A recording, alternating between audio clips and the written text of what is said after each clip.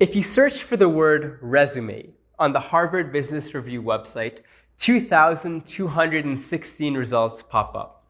They cover a wide range of topics from how to elevate your career with your resume to whether your unique rank on Counter-Strike is actually a quantifiable skill you can tell employers about. Side note, we read it, and it is.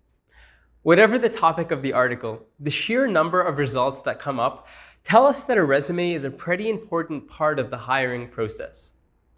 There are many different resume formats out there. Which one you use depends on your career field, geographic location, and of course, personal taste. Regardless of the specific format you use, you'll want to make sure that you follow these 3 principles when creating your resume.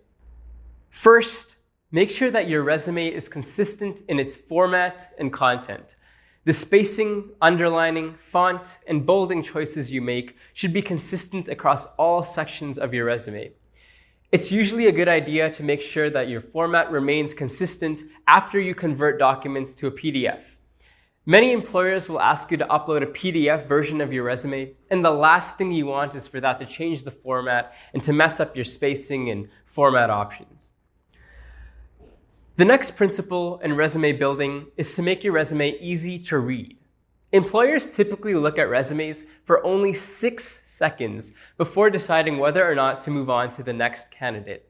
Now, that is an extremely short period of time to impress someone, so it's so important that you're brief and highlight the most relevant aspects of your application.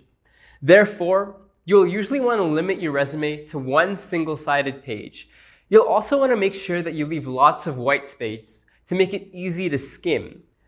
The order of your headings should be in order of importance, given the position that you're applying to.